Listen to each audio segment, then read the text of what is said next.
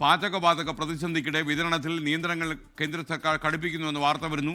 Pipe gas കണക്ഷനുള്ള ആളുകൾ LPG സിലിണ്ടറുകൾ വാങ്ങാൻ പാടില്ലെന്നാണ് കേന്ദ്ര സർക്കാർ ഇപ്പോൾ പറയുന്നത്. മുംബൈ ഉൾപ്പെടെയുള്ള നഗരങ്ങളിൽ ഗ്യാസ് സിലിണ്ടറിനായി ഇന്ന് പുലർച്ചെ മുതൽ ജനങ്ങളുടെ വളരെ നീണ്ട നിര കാണുന്നുവെന്നാണ് മുംബൈയിൽ നിന്ന് ഞങ്ങളുടെ പ്രതിനിധി ശ്രീനാഥ് ചന്ദ്രൻ അല്പം മുമ്പ് റിപ്പോർട്ട് ചെയ്തത്. കേരളത്തിൽ ഭക്ഷ്യവകുപ്പ് ഒരു വാർ റൂം തുറന്നു കഴിഞ്ഞു. ഈ ശരിക്കും പാനിക്കായിട്ട് ഈ ഗ്യാസ് കണക്ഷൻസ് ബുക്ക് ചെയ്യുന്നു എന്നുള്ള പരാതിയുണ്ട്. അപ്പോൾ അത് ഒരിക്കലും അങ്ങനെ ചെയ്യരുത് എന്ന രണ്ട് സർക്കാരുകളും ഓർപ്പിക്കുന്നുണ്ട്. ഹോർമൂസ് കടലിലേക്ക് കടന്ന് LPGയുമായി വരുന്ന ഇന്ത്യൻ പതാകയേന്തിയ കപ്പലുകൾ അടുത്ത ദിവസങ്ങളിൽ ഇന്ത്യയിലെത്തും. ഡൽഹിയിൽ നിന്ന് വിനിത VG വിവരങ്ങളുമായി ചേരുന്നു. അതുപോലെ ഈ ഒരുപാട് ഉപഭോക്താക്കൾ ഗ്യാസ് കണക്ഷനായി ലോങ് ക്യൂ നിൽക്കുന്ന നവി മുംബൈയിൽ നിന്ന് ശ്രീനാഥ് ചന്ദ്രൻ ചേരും. അതുപോലെ കോഴിക്കോട് നിന്ന് കേരളത്തിലെ പൊതുവെയുള്ള അവസ്ഥ പറയാൻ ദീപക് തർമ്മണം കൂടി ചേരും. ആദ്യം മുംബൈയിൽ നിന്ന് ശ്രീനാഥ് ചന്ദ്രൻ ചേരുന്നു. Good morning guys. നമ്മുടെ ഗ്രൗണ്ടിലെ ആർമിയൊക്കെ വളരെ വർദ്ധിത വീര്യത്തിൽ നിൽക്കുക. എൻ്റെ മസിൽ കണ്ടില്ലേ? ഓക്കെ, ശ്രീനാഥ് ചന്ദ്രൻ ചേരുന്നു. ഗുഡ് മോർണിംഗ് ശ്രീനാഥ് ചന്ദ്രൻ, വിവരങ്ങൾ പറയൂ.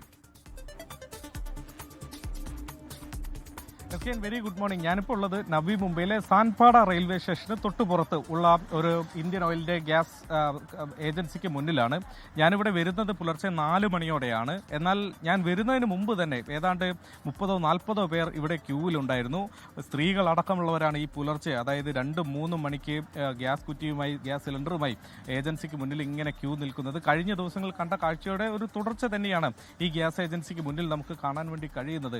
കഴിഞ്ഞ ദിവസം ഏതാണ്ട് 200-300 മീറ്റർ നീളത്തിൽ വലിയ ക്യൂ നമുക്ക് കാണാൻ വേണ്ടി കഴിയുന്നുണ്ടായിരുന്നു. ഈ സ്ത്രീകളൊക്കെ എത്ര മണിക്കാണ് വന്നത് എന്നത് അവരോട് തന്നെ നമുക്ക് നേരിട്ട് ചോദിക്കാം. 3 बजे आए थे. 3 बजे 3 മണിക്ക് ഗ്യാസ് കുറ്റിയുമായി വന്ന ആളുകളാണ്.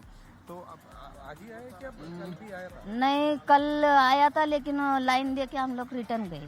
ड्यूटी भी जाना पड़ता है ना, तो इधर रहेगा तो ड्यूटी कैसे करेंगे, नहीं कर पाए थे ना, तो इसके लिए हम लोग उधर से उधर ही निकल. बहुत लंबा लाइन था. हाँ, बहुत लंबा था. अच्छा, बता. आज 3 बजे आए. हाँ, 3 बजे आए. आप लोग कितने? 3 बजे हम लोग. 3 बजे? हाँ. आप कितने बजे आए? मेरे पापा 3 बजे आए थे. 3 बजे आया. കണ്ടില്ല, ഇവരൊക്കെ ഏതാണ്ട് 3 മണിക്ക് ഗ്യാസ് കുറ്റിയുമായി വന്നതാണ്. ഈ ഏജൻസി തുറക്കണമെങ്കിൽ ഏതാണ്ട് 9 മണി കഴിയും. 9:30യോടെയാണ് തുറക്കുക. അതായത് 6-7 മണിക്കൂർ മുമ്പ് ഇവിടെ വന്ന് ക്യൂ നിൽക്കുന്നതാണ് നമുക്കിവിടെ നിന്ന് കാണാൻ കഴിയുന്നത്. ചുരുക്കത്തിൽ ഈ വീടുകളിലേക്കുള്ള ഗാർഹിക ഉപയോഗത്തിനുള്ള സിലിണ്ടറുകൾക്കൊന്നും തന്നെ വലിയ പ്രശ്നം ഉണ്ടാവില്ല എന്ന് കേന്ദ്ര സർക്കാർ പറയുമ്പോഴും അതങ്ങനെയല്ല.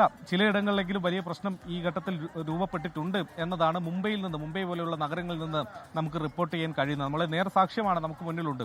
ഒപ്പം തന്നെ PNG കണക്ഷൻ ഉള്ളവർ, അതായത് പൈപ്പ് ലൈൻ വഴി വീടുകളിലേക്ക് ഗ്യാസ് എത്തുന്ന ആളുകൾ സിലിണ്ടറുകൾ വാങ്ങാൻ പാടില്ല എന്ന് കേന്ദ്ര സർക്കാർ കർശനമായി നിർദ്ദേശം നൽകിയിട്ടുണ്ട്.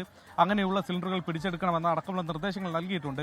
അങ്ങനെ ചില നടപടികൾ കേന്ദ്ര സർക്കാരിൻ്റെ ഭാഗത്തുനിന്ന് ഉണ്ടാകുമ്പോഴും ഈ ഹോട്ടലുകൾക്കും റെസ്റ്റോറൻറ്റുകൾക്കും പിന്നാലെ വീടുകളിലേക്ക് കൂടി ഈ ഒരു പ്രതിസന്ധി വ്യാപിക്കുന്നു എന്നത് ഗുരുതരമായൊരു സാഹചര്യമാണ്. കൂടുതൽ ഇറക്കുമതി, ഇതുമായി ബന്ധപ്പെട്ട് ഗ്യാസിൻ്റെ ഇറക്കുമതി ഉണ്ടാവുക അടക്കമുള്ള നടപടികളിലൂടെ മാത്രമേ ഈ പ്രശ്നം എന്തെങ്കിലും തരത്തിലൊരു പരിഹരിക്കാൻ കഴിയൂ. SKN. Okay, thank you. Srinath Chandran ഉറങ്ങിയിട്ടില്ലെന്ന് മനസ്സിലായ കാര്യം. വെളുപ്പിന് 3 മണിക്ക് ഈ ഗ്യാസ് കിട്ടാൻ വേണ്ടി ക്യൂ നിൽക്കുന്ന ആളുകളുടെ കാര്യങ്ങൾ കവർ ചെയ്യാൻ വേണ്ടി പോയതാണ്. 4 മണിക്ക് അവിടെ എത്തിയെന്നാണ് എൻ്റെ വിവരം. അപ്പോൾ എന്തായാലും വല്ലാത്തൊരു അവസ്ഥയാണ് ഇന്ത്യയിലുടനീളം. ലോകത്തെവിടെയായാലും ഏത് സമയത്തും 24 വാർത്തകളും ഓഗ്മെന്റഡ് റിയാലിറ്റി പാക്കേജുകളും എക്സ്പ്ലെയിനറുകളും വിശദമായി കാണാൻ ഞങ്ങളുടെ YouTube ചാനൽ നിങ്ങൾക്ക് സബ്സ്ക്രൈബ് ചെയ്യാം.